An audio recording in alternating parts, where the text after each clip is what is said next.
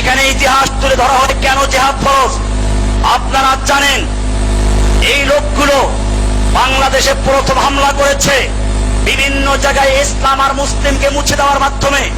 ঢাকা বিশ্ববিদ্যালয়ের মনোগ্রাম থেকে ইকরা শব্দকে মুছে দেওয়া হয়েছে, নজরুল ইসলাম হল থেকে ইসলামকে মুছে দিয়ে নজরুল হল, সলিমুল্লাহ মেডিকেল কলেজ থেকে ইসলামাবাদ দিয়ে মুসলিম মেডিকেল কলেজ থেকে ইসলামাবাদ। এমনি ভাবে আপনারা জানেন আর কিছুদিন পূর্বে বাংলাদেশের সংবিধান থেকে আল্লাহর প্রতি পূর্ণ আস্থা বিশ্বাসকে তুলে দিয়ে তার জায়গায় ধর্ম নিরপেক্ষতায় বসানো হয়েছে। এমনি ভাবে আপনারা জানেন 7ই ডিসেম্বর 2010 সংসদে বলা হয়েছে, সংসদে শিক্ষানীতি পাশ করা হয়েছে। অক্টোবর 2011 দুর্গা পূজার অনুষ্ঠানে এদেশের একজন নেত্রী বললেন, এদেশের বর্তমান প্রধানমন্ত্রী বলেছিলেন, মা দুর্গা দেবী প্রতি বছর কোন না কোন বাহনে চড়ে আসে, এবার এসেছে গজে চড়ে। আর আমরা জানি মা দুর্গা দেবী গজে চড়ে যখন পৃথিবীতে আসে তখন পৃথিবী ধনে ধন্যে পরিপূর্ণ হয়ে যায়। আর বাস্তবে এবার তাই হয়েছে, বাংলাদেশে এবার ফসল বেশি হয়েছে। তার মানে হচ্ছে তার আকীদা, তার বিশ্বাস কি সুন্দর ভাবে তুলে ধরলো যে মা দুর্গা দেবী গজে চড়ে এসেছে বলে পৃথিবীতে ফসল বেশি হয়েছে। ও আমার জাতি, মক্কার আবু জাহেল আবু লাহাবরাও এর চেয়ে ভালো আকীদা পোষণ করত। কোরআন পরিষ্কার বলেছে, ওয়ালা ইন সালতাহুম মান নাযালা মিনাস সামাই মান ফাহিয়া বিহিল আরদ মিন বাদি মাউতিহা ওয়া ইয়াকুলুন আল্লাহ। তুমি যদি ওই মক্কার কাফেরদেরকে, আবু জাহেল আবু লাহাবদেরকে জিজ্ঞেস করো, মান নাযালা মিনাস সামাই মান, কে আসমান থেকে পানি বর্ষণ করে, ফাহিয়া বিহিল আরদ মিন বাদি মাউতিহা, অতঃপর সেই পানির মাধ্যমে মৃত্যু জমিনকে শুকিয়ে চৌচির হয়ে যাওয়া জমিনকে আবার তরুতাজা ফসল উৎপন্ন করার যোগ্যতা দান করেন কে? কে ফসল উৎপন্ন করে? আল্লাহ বলছেন মক্কার আবু জাহেল আবু লাহাব উতবা শাইবা মক্কার কাফেররা পর্যন্ত বলবে ইয়াকুলুনাল্লাহ, এগুলো সব করেন কে? তাহলে বোঝা গেল মক্কার আবু জাহেল আবু লাহাবদের যে আকীদা ছিল তার জঘন্য আকীদা এখানে প্রকাশ করা হয়েছে। শুধু তাই নয়, এরপরে শুনুন 13 জুলাই 2011 এই সরকার যে আছে তার দলের সাধারণ সম্পাদক, নাম তার কি সুন্দর নাম, হয়তো মা বাপ তার মুসলমান ছিল, নাম রাখলো সৈয়দ আশরাফ। এই লোকটা নিজের ধর্ম ভুলে গেছে, পরিচয় ভুলে গেছে, এরপরে স্বঘোষিত নাস্তিক হিসেবে ঘোষণা করেছে, আমি হিন্দুও নই মুসলমানও নই।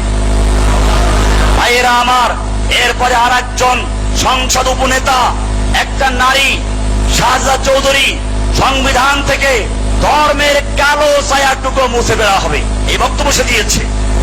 এরপরে 2009 সালে তৎকালীন রাষ্ট্রপতি জিল্লুর রহমানের বক্তব্য, সব ধরনের ফাতুয়া নিষিদ্ধ করা হবে। এরপরে শুনুন 2009 সালের পাক মন্ত্রী আব্দুল লতিফ সিদ্দিকীর বক্তব্য, ধর্ম তামাক ও মদের মতো একটি নেশা। এরপরে ওই একই বছর রাশেদ খান মেনন বলেছিল, ব্যাঙ্গের ছাতার মতো কওমি মাদ্রাসাগুলো গজিয়ে উঠেছে।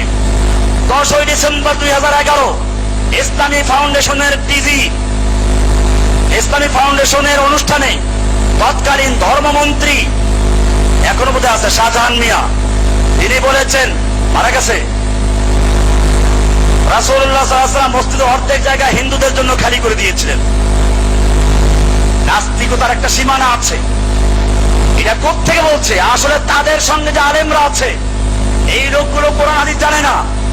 ওটা একটা হাদিসে আছে, নাসরায়ে নাজরান এলাকার কিছু লোক আসলো, তারা ছিল আলেম উফুদ, আল্লাহর নবীর এই মসজিদে নববী ছিল রাষ্ট্রীয় মেহমানখানাও। এটা পরিষ্কার, এটা তারা বোঝা উচিত। এই মসজিদ শুধুমাত্র পাঁচ ওয়াক্ত নামাজের জন্য না, মসজিদের মেহরাব, মেহরাব মানে অস্ত্রাগার, হরবন মানে যুদ্ধ, মেহরাব মানে অস্ত্র রাখার জায়গা। বোঝা গেল সাহাবায়ে কেরাম এই মসজিদে অস্ত্র নিয়ে আসতেন, সামনে রাখতেন, বিদায় জায়গার নাম হচ্ছে মেহরাব। আল্লাহর নবীর যুগে স্বতন্ত্র কোনো মেহমানখানা ছিল না। ওই মসজিদের নববী ছিল বঙ্গভবন, ওটাই ছিল সংসদ ভবন, ওটাই ছিল গণভবন, ওটাই ছিল রাষ্ট্রীয় মেহমানখানা। সেই জন্য নাজরান এলাকার কিছু লোকেরা আসলো, তাদের ইবাদত করার প্রয়োজন। আল্লাহর নবী বলে দিয়েছেন তোমরা এখানেই করো। এটা তার কি মসজিদ খালি কোথাও হয়েছে? আর কি হিন্দু ছিল? কি পণ্ডিত এই শাহজাহান মিয়া, এইরকম লোক ধর্মমন্ত্রী হয়ে বসে আছে, যার কারণে এদেশের ধর্মের সর্বনাশ করার সুযোগ পেয়েছে। 28 মার্চ 2009 এক গোল টেবিল বৈঠকে ইসলামিক ফাউন্ডেশনের ডিজি এই শামীম মোহাম্মদ আফজাল, নাম কি সুন্দর, সে বলছে নামের সঙ্গে মোহাম্মদ আছে, এই লোকটা মোহাম্মদ নামের কলঙ্ক করে, মোহাম্মদ নামকে অপমান করে সে সেদিন বক্তব্য বলেছে পৃথিবীতে যত সন্ত্রাস ও জঙ্গিবাদ রয়েছে তার সবই ইসলাম ও মুসলমানদের মধ্যে, হিন্দু বৌদ্ধ ও খ্রিস্টানদের মধ্যে কোনো সন্ত্রাস ও জঙ্গিবাদ নেই। হিন্দু ও বৌদ্ধ এবং খ্রিস্টানরা সন্ত্রাসের সাথে জড়িত নয়। ভাইয়েরা আমার, এরপরে 10 ডিসেম্বর 2011 ইমামদের এক অনুষ্ঠানে ইসলামিক ফাউন্ডেশনের ডিজি সে বলেছিল রাসূল সাল্লাল্লাহু আলাইহি ওয়াসাল্লাম মসজিদ নববীর এক অংশ ইহুদিদের জন্য ছেড়ে দিয়েছে। এ আবার বলল ইহুদি, তার মানে ওদের নিজেদেরই ঠিক নেই। একজনে বলল খ্রিস্টান, একজনে বলল হিন্দু, আরেকজনে বলল ইহুদি। হিন্দু ওই সময় মক্কায় ছিল নাকি, মদিনায় ছিল নাকি? মদিনায় হিন্দু ছিলই না, মদিনায় ছিল ইহুদি। কিন্তু ওই সময় যাদেরকে স্থান দিয়েছিল তারা ইহুদিও না, তারা ছিল অন্য জায়গাতে ছিল খ্রিস্টান, নাসারায় নাজরান। নাজরান এলাকার খ্রিস্টানদের একদল প্রতিনিধি এসেছিল, তাদেরকে বিশেষ ইবাদত করার জন্য সুযোগ দেওয়া হয়েছিল, সেটাকে তারা বাড়িয়ে বলল কি মসজিদ খালি করে দিয়েছে, অর্ধেক খালি করে দিয়েছিলেন। ভাইয়েরা আমার, এরপরে আপনারা জানেন বর্তমানে একদল নাস্তিক ব্লগার যারা ইসলামকে নিয়ে কৌতুক করলো, উপন্যাস লেখলো, আল্লাহর নবীকে নিয়ে তুচ্ছ-তাচ্ছিল্য করলো, এই লোকগুলোর বিরুদ্ধে যখন এদেশের তাওহীদি জনতা দল মত নির্বিশেষে ঐক্যবদ্ধভাবে মাঠে নামলো, মোকাবেলা করার জন্য রাস্তা নেমে পড়লো, তখন সেই নাস্তিক মুরতাদদেরকে লাঠি নিয়ে মিছিল করার সুযোগ দিল, মাসকে মাস রাজপথ দখল করে রাখার সুযোগ দিল, হাসপাতালের রাস্তা বন্ধ করে দিল। আর ওই ইসলাম প্রিয় জনগণ যখন আল্লাহর নবীর সম্মান রক্ষার জন্য, মর্যাদা রক্ষার জন্য, ইসলামের জন্য প্রতিবাদ করতে আসলো, তাদেরকে লাঠি দিয়ে পিটিয়ে গুলি করে টিয়ার সেলের গ্যাস খাওয়াইয়া তাদেরকে বিতাড়িত করা হলো। এরপরেও যদি কেউ বলে আর জিহাদ ফরজ কবে হবে, আমার মনে হয় তাদের জীবনেও জিহাদ তাদের ফরজ হবে না। এরপর শুধু এ পর্যন্তই না, আল্লাহর অসংখ্য বিধানকে চ্যালেঞ্জ করা হয়েছে। আজকে বর্তমানে রাস্তার মোড়ে মোড়ে মূর্তি তৈরি করা হচ্ছে। আল্লাহ তাআলা পরিষ্কার বলে দিয়েছেন মূর্তি মুসলিম তৈরি করতে পারে না।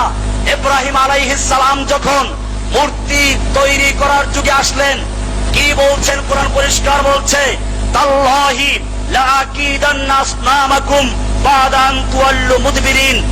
ইব্রাহিম আলাইহিস সালাম বলছেন আল্লাহর কসম, আমি তোদের মূর্তিগুলোকে চূর্ণ বিচূর্ণ করার জন্য কৌশল অবলম্বন করছি। ফাজালাহুম জুযাযান, কোরআন বলছে সব মূর্তিগুলো ভেঙে চুরমার করে ফেলেছে। ইল্লা কাবীরাল্লাহুম, তবে বড় মূর্তিরা ভাঙেন নাই।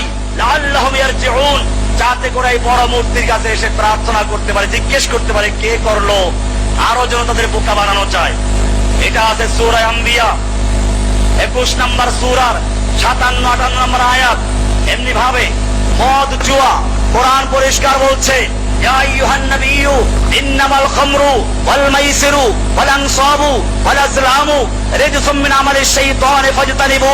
নিশ্চয়ই মদ জুয়া, মূর্তি, লটারি, বিশেষ প্রকার লটারি, রিজসুম মিন আমালিশ শাইতান, এগুলো হারাম কাজ, নাপাক কাজ। মিন আমালিশ শাইতান, শয়তানের কাজ। কার কাজ? পরিষ্কার বলা হয়েছে যদি কারো দ্বিমত থাকে আল্লাহর সঙ্গে দ্বিমত করো, কোরআনের সঙ্গে দ্বিমত করো। এই বক্তব্যের জন্য যদি কারো গায়ে আগুন জ্বলে, জেনে রাখো সেই আগুন মুফতি জসিমউদ্দিন রহমানের বিরুদ্ধে নয়, সেই আগুন জ্বলবে স্বয়ং আল্লাহর বিরুদ্ধে। কারণ এই বাণী কার? জসিমউদ্দিন রহমানকে ধরতে পারো যদি কোরআনে না থাকে। কোরআনের পরিষ্কার আয়াত, জসিমউদ্দিন রহমানি একটা কথা আন্দাজে বলে না, দলিলবিহীন বলছে না। কোরআনের সূরা মায়েদা 5 নম্বর সূরার 90 নম্বর আয়াত আল্লাহ তাআলা পরিষ্কার বলছেন রিজসুম মিন আমালিশ শাইতান। এই মূর্তি, জুয়া, মদ, বিশেষ লটারি, রিজসুন, এগুলো নাপাক, হারাম। মিন মানে শয়তান, শয়তানের কাজ। মিন মানে হইতে, আমল মানে কাজ, শয়তান মানে শয়তান। এগুলো শয়তানের কাজের অংশ, শয়তানের কাজ। ফাজতানিবুহু, ও মুসলিম জাতি, তোমরা এতে সম্পূর্ণ বিরত থাকো, লাআল্লাকুম তুফলিহুন, তবে তোমরা সফল হবে। কোরআনের স্পষ্ট আয়াত। মূর্তি তৈরি করা মুসলমানের কাজ না শয়তানের কাজ? যারা আজকে রাস্তার মোড়ে মোড়ে মূর্তি তৈরি করছে, এই মূর্তি তৈরির বিরুদ্ধে যারা বক্তব্য দিতে গেল, মূর্তির বিরুদ্ধে যারা প্রতিবাদ করতে গেল, তাদেরকে যারা টিয়ার শেল দিয়ে, গুলি দিয়ে, গ্রেনেড দিয়ে রাতের আধারে হত্যা করে তাড়ালো, অমুসলিম জাতি, তারা মুসলমান না কাফের? মুসলমান দাবি করলে সে মুসলমান না মুরতাদ? ভাইয়েরা আমার, শুধু এ পর্যন্তই না, আরো শুনুন। পদে পদে আল্লাহর বিধানকে চ্যালেঞ্জ করা হয়েছে। সংবিধানে লেখা হয়েছে প্রজাতন্ত্রের সকল ক্ষমতার মালিক জনগণ, সংবিধানের 7-1। আর আল্লাহ বলছেন সকল ক্ষমতার মালিক আল্লাহ। সূরা মুলুক 1 নম্বর আয়াত, 67 নম্বর সূরার 1 নম্বর আয়াত, তাবারাকাল্লাযী বিয়াদিহিল মুলকু ওয়া আলা কুল্লি শাইইন কাদির। এমনি ভাবে আল্লাহ সুবহানাহু ওয়া তাআলা সুদ হারাম করেছেন। সূরা বাকারা 275 নম্বর আয়াত, আল্লাহ বলছেন ওয়া আহাল্লাল্লাহুল বাইআ ওয়া হাররামার রিবা, আল্লাহ হালাল করেছেন ব্যবসাকে, সুদ করেছেন হারাম। এরপরে সূরা বাকারার 278 থেকে 79 নম্বর আয়াত পর্যন্ত পড়ুন।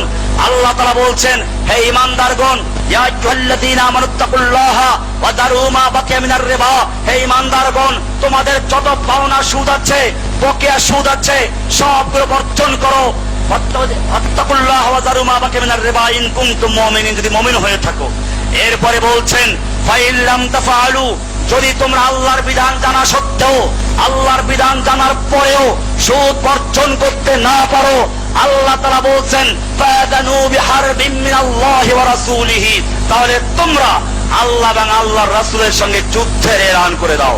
কার সঙ্গে যুদ্ধ?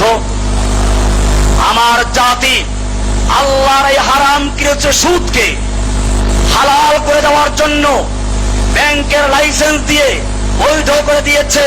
সোনালী ব্যাংক, রূপালী ব্যাংক, পূবালী ব্যাংক, জনতা ব্যাংক, এরকম আরো যতগুলো ব্যাংক আছে, সব ব্যাংকগুলোতে সুদকে লাইসেন্স দিয়ে বৈধ করে দিয়েছে। এরকম যারা সুদকে লাইসেন্স দিয়ে বৈধ করে হালাল করে দিল, তারা আল্লাহর ঘোষণা অনুযায়ী আল্লাহর সঙ্গে যুদ্ধে লিপ্ত আছে। কার সঙ্গে যুদ্ধে লিপ্ত? এমনি ভাবে হেফাজতের একটা দাবি ছিল, পর্দার করার কথা, পর্দার বিধানের কথা বলা হয়েছিল। আপনারা জানেন এই পর্দার বিধান হেফাজতের দেওয়া না, পর্দার বিধান দিয়েছেন আল্লাহ। পবিত্র কোরআনে পরিষ্কার বলা হয়েছে, সূরা আহজাব 33 নম্বর সূরার 33 নম্বর আয়াত, আল্লাহ বলছেন ওয়াকারনা ফি বুয়ুতিকুন্না ওয়ালা তাবাররাজনা তাবাররুজাল জাহিলিয়াতিল উলা, এ মেয়ে লোকেরা, তোমরা তোমাদের ঘরে অবস্থান করবে, খবরদার তোমরা প্রাক জাহিলি যুগের নারীদের মতো অশ্লীল এবং বেহায়া, এবং তোমরা বেহায়া নারীদের মতো সৌন্দর্য প্রদর্শন করবে না। বোঝা গেল মেয়ে লোকদেরকে এমনি পর্দা সহকারে প্রয়োজনে রাস্তায় বের হওয়া নিষেধ না, চাকরি করা নিষেধ না, কিন্তু সহ অবস্থান করা, বেগানা পুরুষের সঙ্গে মিশে যাওয়া, এটা নিষেধ করা হয়েছে। কোরআন আরো স্পষ্ট করে বলেছে, সূরা আহজাব 33 নম্বর সূরার 59 নম্বর আয়াত, আল্লাহ বলছেন ইয়া আইয়ুহান নাবিয়্যু কুল লিআজওয়াজিকা ওয়া বানাতিকা ওয়া নিসাইল মুমিনিন, হে নবী, আপনার স্ত্রীদেরকে এবং সমস্ত আপনার স্ত্রীদেরকে, আপনার মেয়েদেরকে, ওয়া নিসাইল মুমিনিন, এবং সমস্ত মুমিনদের মেয়েদেরকে বলুন ইউদিনিনা আলাইহিন্না মিন জালাবিবিহিন্না, যেন তারা নিজের উপরে জিলবাব ঝুলিয়ে দেয়, পর্দা ঝুলিয়ে দেয়। জালাবিবিহিন্না যালিকা আদনা আইয়ুরাফনা, এই পর্দা করলে কি লাভ? আল্লাহ বলছেন পর্দা করলে চেনা যাবে এরা শরীফ নারী, ভদ্র নারী, এরা সম্ভ্রান্ত নারী, এদেরকে উত্তক্ত করবে না। আদনা আইয়ুরাফনা ফালা ইউযাইনা, তাদেরকে কেউ উত্তক্ত করবে না, তাদেরকে কষ্ট দিবে না, এসিড মারবে না, ধর্ষণ করবে না, ইফতিজিং করবে না। এই বিধানটা কার? সূরা আহজাব 33 নম্বর সূরার 59 নম্বর আয়াত। সুতরাং যারা আল্লাহর দেওয়া পর্দার বিধানকে চ্যালেঞ্জ করলো, আইন তৈরি করে দিল, পর্দার জন্য কাউকে বাধ্য করা যাবে না, তারা সরাসরি আল্লাহর আইনের বিরুদ্ধে অবস্থান নিয়েছে, ঠিক কিনা? আল্লাহর কোন আইনকে আমল করতে না পারা এক কথা, আপনি রোজা রাখলেন না, ফরজ মানেন। আপনি হজ করেন নাই, ফরজ মানেন। আপনাকে ইসলাম কাফের বলে না। কিন্তু যদি কোনো ব্যক্তি ইসলামের কোন বিধানকে অস্বীকার করে, তুচ্ছ-তাচ্ছিল্য করে, ইসলামের কোন বিধানকে চ্যালেঞ্জ করে, সর্বসম্মতিক্রমে সে কাফের হয়ে যায়।